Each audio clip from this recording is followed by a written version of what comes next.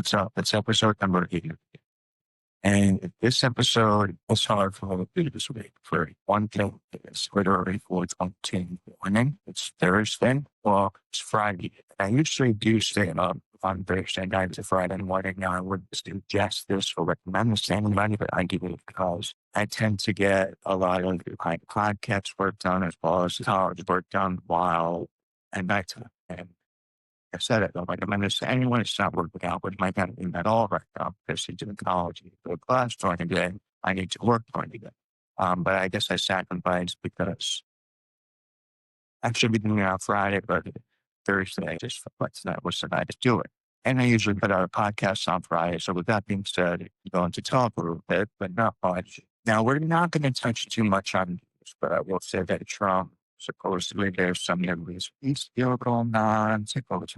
It's hard to tell what's real and what's not. We're getting to that problem. Deep fakes are taking over. Now there's some different social media platforms, from different apps that pop up on your phone, from different legacy media outlets. They're all different. And if you don't have the time to cycle through it and speak to your heart and to get the actual truth out of it by checking sources, you're not going to know the point. I don't hold that against anybody because it's a fucking rabbit hole. And with that, we're all probably still a little bit wrong. Even if we think we're right, that's when we really have to check ourselves. That's when we're probably the most wrong. That being said, this episode I had a little bit of a change of heart. Yeah, there's a lot of stuff that talk about wrong. I wanted to try with Kirk, see, the Middle East thing, which I'll call out. Some kind of way. Fuentes going up on the charts, free speech, and he had said not letting reporters into the Pentagon unless they signed a paper saying that it would only report, I guess, what they told him to report, but definitely an attack on free speech. Like I said, it's going to be happening whether the right or the left. There's different factions at play right now. One is a bit better than the other, but either way, gold is over $4,000 right now. It is very high, and that says something about our dollar. Now, that being said, can't worry about the shit. I'm reporting on the shit so you guys know that there's big change coming. Now, we can go down that rabbit hole, and I do because I enjoy it.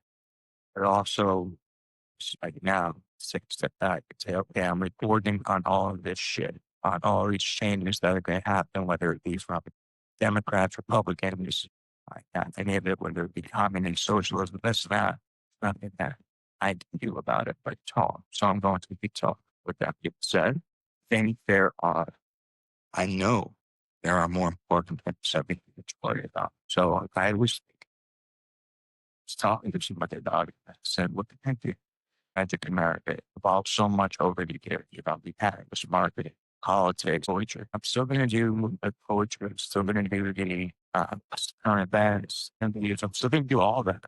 But what is my way to that? What is my way to make people aware? Well, I always talk about this. I'm like, yeah, my first episode was on it.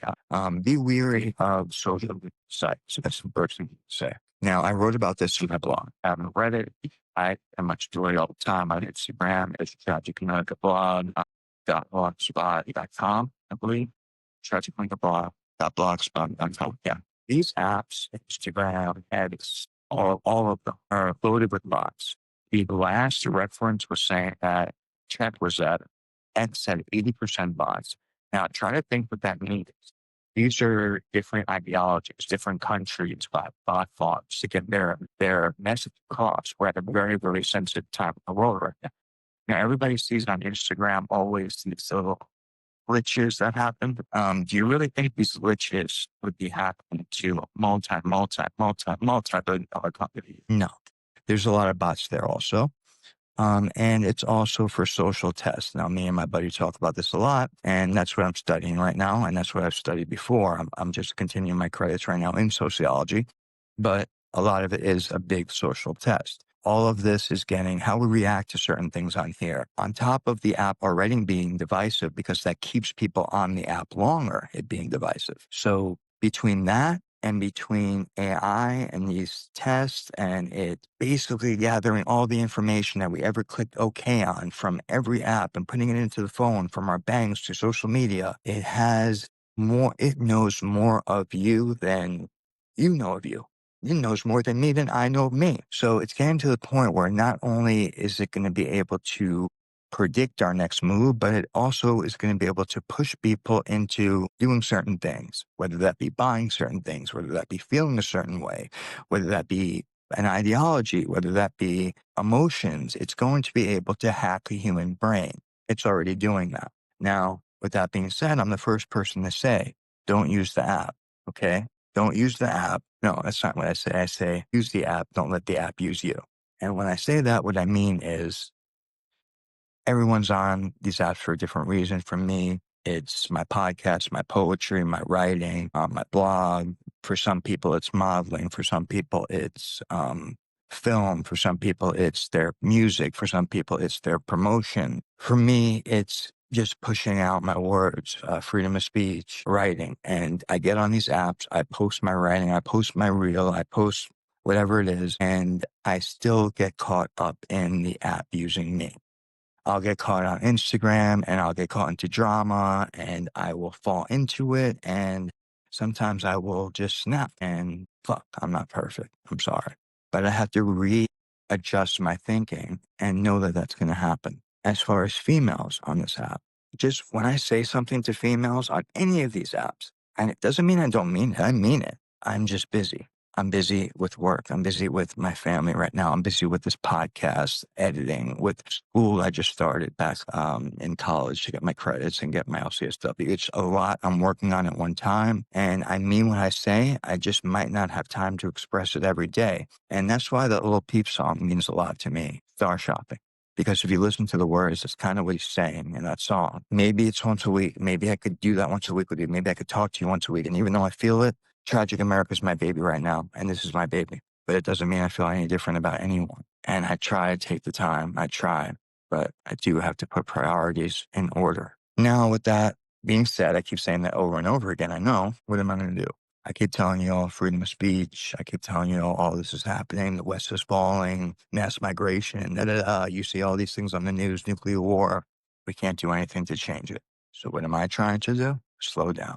Get some peace. Literally take it slow. Get your priorities in order, as I am. School. I'm going to be on Rumble for this amount of time. I'm going to be on Instagram Live for this amount of time. I'm going to promote on YouTube for this amount of time. I'm going to work for this amount of time on my job. I literally organize my day like that.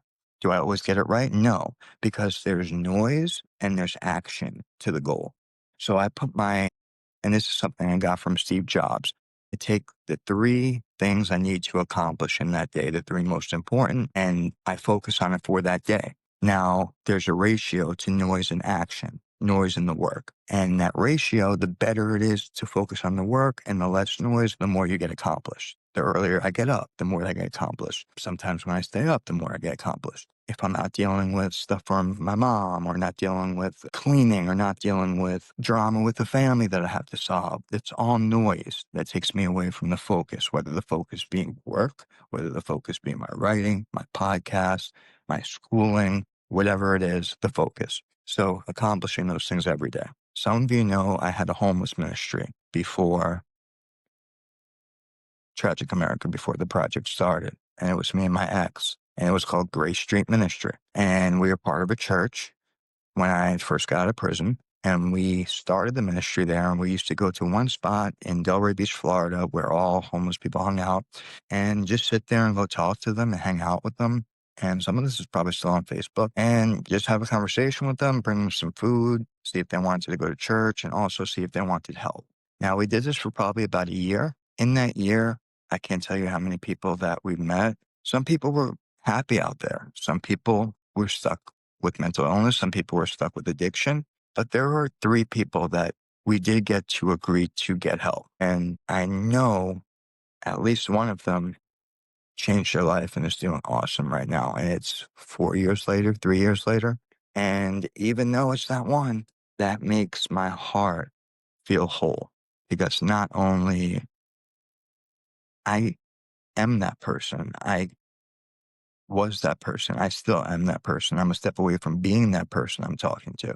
And I had to keep that fresh in my mind and keep the gratitude fresh in my mind, the fact that I have a bed to sleep in, the fact that I can go in the shower without wearing shower slides in prison, the fact that I'm not strung out, the fact that I am, yes, I make mistakes, but I try to admit to them as fast as I can. I'm a work in progress, but that's something that gave me joy.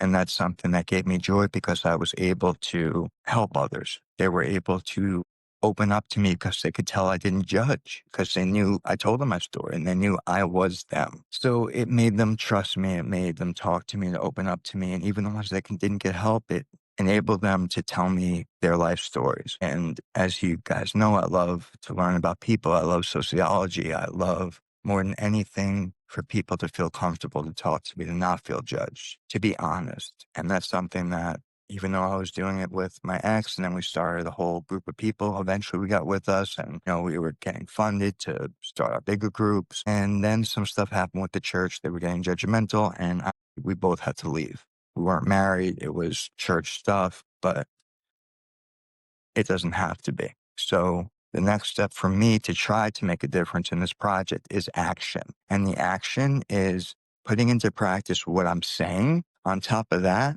the actual action of what I'm telling you right now. And to go try to make a difference. Fentanyl is killing how many? Tens of thousands of people every year, 100,000 people a year, I think they're saying. Well, I'm going back out to the street to try to make that a little bit less. And even if I could help one person, two people, one person, whatever, how many people, I know when I go out there, it will only make things better for the people there, for me, and God will bring the rest of the help when needed. So that's something I'm going to start.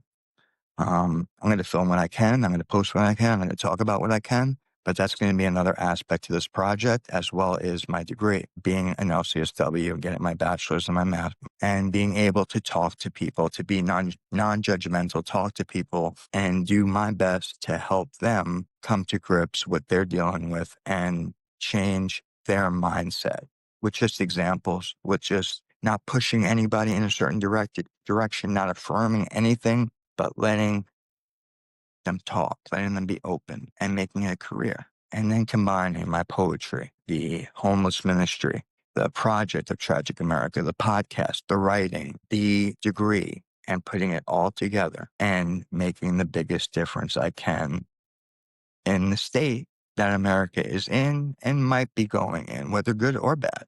We're always going to have issues. People are always going to have issues. And my story and what I've been through, I'm in a position where I can understand maybe a little bit more than some others. And being that I understand, I could help. Some of you know, some of you don't. I was an opiate addict since I was 16 years old, and I'm from South Florida. So it was all oxys and roxys then. I got caught up in it. I was addicted. I was going doctor shopping. I was selling. I got into a car accident. I hit somebody that was on a mini Harley. They weren't wearing a helmet. They flew up, landed straight on their head, and they ended up dying.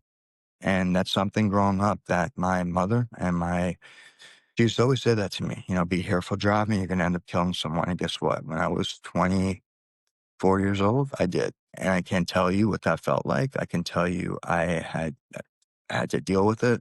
My father died a month into me being in jail, and I was gone for 6 years, 11 months. And I spent that time in prison in Suwannee, CI, in Everglades, CI, in Miami, which is like a city within a city, and Seco Palm, which is the reentry, and then work release, where everyone knew I was going to bring home a chick, and everyone said no, but I did bring home a chick from prison because, let's be real, I was basically like I was a virgin. So the first good-looking girl I saw, we fucked, okay? And on top of us fucking, the agreement was we were only going to be friends. Now, does that ever work? Has it ever really worked? Yes, for some people. For her, no. For me, I want to say it was working. I could have done it, and at times I thought I could, but it wasn't working. So she wound up coming home. She actually got home before me. I somehow convinced my family to let her stay at my home, and it worked out for a while, but it wasn't for the best. I came out to this world because I was away from 2012 to 2019. Now, during that time, my mother, I would speak to, and she would speak to me about Trump and what was going on with politics and that I wouldn't recognize things. My sister was telling me the complete opposite, that my mom was going crazy and the whole other side. I got out and I was like, what the fuck happened? It was not the world I recognized at all. So I started researching into it. as I'm researching into it, COVID hits, then the Capitol, and everything plays out like a movie, like I'm watching a movie, central casting. And while I'm watching that movie, all this is playing out. So I dug further and further and further. And this project evolved and evolved and evolved. And as you guys know, you could talk about a lot more now than you could maybe in 2020, 2021 during the COVID times. It's crazy to the course I'm taking and what they're having people believe. And it's whatever. But I'm going to do what I have to do to get the degree, to talk about things I need to talk about and make a difference. But anyway, as far as freedom of speech, we are in a better place now. But I do feel like it is ending. And I feel like no matter who is running the show, it's just going to be polarized in that direction. Like I said, there's many different factions at play right now, but two main ones. One is essentially communism, and one is essentially, either way, I think we're going to see totalitarianism. And I hope that doesn't happen. I hope I'm completely wrong. But if this is an assault on freedom of speech, and it is, I will push it to its limits this season. I promise that. I will do my best to speak on subjects that anyone else will speak about. I promise that. But on this episode today, be wary. Be wary of social media. Be wary of AI. Be wary of the algorithms. And also be wary of having control. Try to stay grateful. Even if there's not a lot. When I was in prison, I would focus on small things that I would be waiting for, that I would anticipate that would come.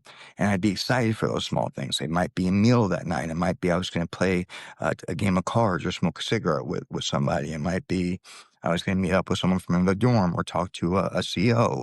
It was all different things, but I would make myself look forward to them. And that's the same thing in life. Always have things to look forward to, always positive, focus on the positive. And I'm telling myself this, stay organized. Hey, don't lose sight of your goal. No matter how much you go astray from it, always get back on track and keep moving towards your goal. No matter if you fuck up, how you feel, no matter what happens, keep going and it will come true that way. It will come together and come true. Just because you don't know, don't not start. Start, and just like I told you how Tragicamerica evolved, whatever project you want to do, whatever it is you want to do, whatever passion you have, it will evolve into something. Just go. And you could do that with a job, without a job. It's just timing, organization, and it's something I'm still trying to master, but I'm getting better and better and better and better at it. So start with your passion. You might be like, I don't know my passion. Well, what makes you feel good? For me, it's writing. Writing is a therapy for me. It's also a gift I give to other people. It's a way I can give them a gift of how I'm feeling from my heart. It's a way I can put a smile on someone's face. It's a way I can also clear the shit out of myself and the overthinking anxiety. Helping the homeless, that's something I try, saw, and I love doing because I was in the situation. So I relate, and it's something I know, and that's why I took the courses that I'm taking, because other than helping me in sales and podcasts, I could also make a difference with it. And I feel that is what has been missing from this project, a solution. And this project was never just me, Tragic America. It was people I interviewed. It was people out there of the times. The internet wants nothing more in the news and wants nothing more than us all to be divided, whether it be by gender, by race, by religion, us all to be divided and be mad, angry, and again, control, focus on what you can control. I focus on what I can control. So I'm going to stop researching this shit? No, because I love it. And this is the target. But I can control going to school. I can control focusing on work for half hours a day. I can control putting out a podcast for 30 minutes a week, getting the best guests I can have, or just talking about shit that I'm going through and I changing and see if maybe that will inspire someone to do the same or something similar. Doesn't mean you have to go join a college and help a homeless group, join a homeless group or run one, do whatever it means. Figure out your passion. And that's not your job. Figure out your passion. Your passion might be your job, but what's going to help you, what's going to get out the shit, and essentially that passion, just by helping you, you're helping others without even knowing it, unless it's just some sick, twisted passion. But that's not the type of passion I'm talking about. And you guys know that. It's the one in your heart that you know you've been holding back, that you know you're supposed to do. And don't let the noise get in the way of the goals. Like I said, make it simple. One day at a time, 3 tasks, get them done, organize. And I'm telling myself, y'all, that's it. That's it. What can I control? what my actions, what I do. And by me changing my actions, I'm noticing my family looking at me different. I'm noticing them coming to me for problems and asking my opinion and my help. And it feels good. It feels like I have grown. Even though I make mistakes every day, I've grown from the person that I was even 2 years ago. My thing now is I need to slow down, to relax, to meditate, just slow everything down because damn, it seems the days are going by fast, and to follow through with what I'm saying and to be accountable when I don't say it, when I don't do what I'm saying, or I don't do what I say I'm going to do. Peace. Whether it be in the world, no matter how chaotic all the shit around us is, no matter how much war is going on, no matter what assaults going on in the street, no matter what deployment is in the city right now, no matter what people think is going to happen with this or that bill, what can we do? We can love our families. We can be grateful for where we are now. We can know it could be much worse for us. And we can always find the smallest thing to be grateful for because I remember when I went away for 6 years, 6 years, 11 months. I was saying 7 years back then. I thought it was going to be 10 or more, but I thought my life was over. And I went in thinking, no matter what situation I'm in, I'm going to make the best of it. Whether that means me having a bottom bunk, me taking courses and learning while I'm in here. And I didn't do that the whole time. And the 6 years, 11 months, the last 3 years, I buckled down and I really started taking courses and taking things serious and being in the right dorms and being with the right people. Because at the beginning, I was still living like I was on the street, just in the lower level. That's it. But it took me to transition to be like, no, I'm not going to get out of here with nothing and learning nothing, knowing nothing. I'm not going to do that. That was talk then. It's all about the action. Don't overthink this like I do, because I overthink and I can go all day long. I overthink. And that's something I'm working on, along with the break and slow down. Let's try it. Everything is perspective. Do I want to have a good day today? Yes. So I'm going to have a good day today. I take it slow. I'm going to have confidence because, like I said, every day I'm getting better and better. And if I fall or when I fall, I get back up. And that's the biggest thing, y'all. Just get back up. Keep going towards your goals and go towards your passion. And if you're already doing that, God bless you. I don't really have much else to say. This week, I'm going to keep it short. I'm going to New York on October 31st with my nephew to see Tame Impalas. And we're going to have an awesome time. I'm going to see family up there. And that's what I'm focusing on now. Family, my podcast, the people I meet, life, the programs I want to start. I'm going to start this project and what I can control and the gratitude. And just like I'm saying it now, as I'm saying it, I'm not telling you, I'm reminding myself because when I operate like this in gratitude, slow, with a perspective of confidence and gratitude, I get way more accomplished than when I'm in a state of rushing and overthinking and regret and thinking of the past because there's no such thing. We're living right now in the now. I love y'all. And I hope you stick with me on this journey because I'm going to do my best to make it entertaining for you with my writing, with this podcast, with guests, just me talking shit, with content, with everything. And if I made any mistakes, I'm sorry. And I love you, even though it might not seem like I do. I love y'all. Things have just been really hectic and really busy lately. And it's not an excuse, but I'm not the normal guy that can give attention like that because right now I lost so much time. I have to focus on me or I'm no good for anybody. But with that being said, I say what I mean and mean what I say. It's just Tragicamerica is my baby. I need to accomplish this for not just me, but for the people that it will help along the way. And hopefully people on the apps that I meet, people that I talk to can understand that and know that it doesn't change how I feel about you. It doesn't change any of that. It's just where my mindset is now. And it's nothing that I haven't told anyone before. And like I said, and I'll say again, I'm going to make mistakes. I'm human. I apologize and I admit them now. And I move forward and I get up and I keep going. Focus on the good, anticipate anything, and know that you can get through it. That's it for this week, y'all.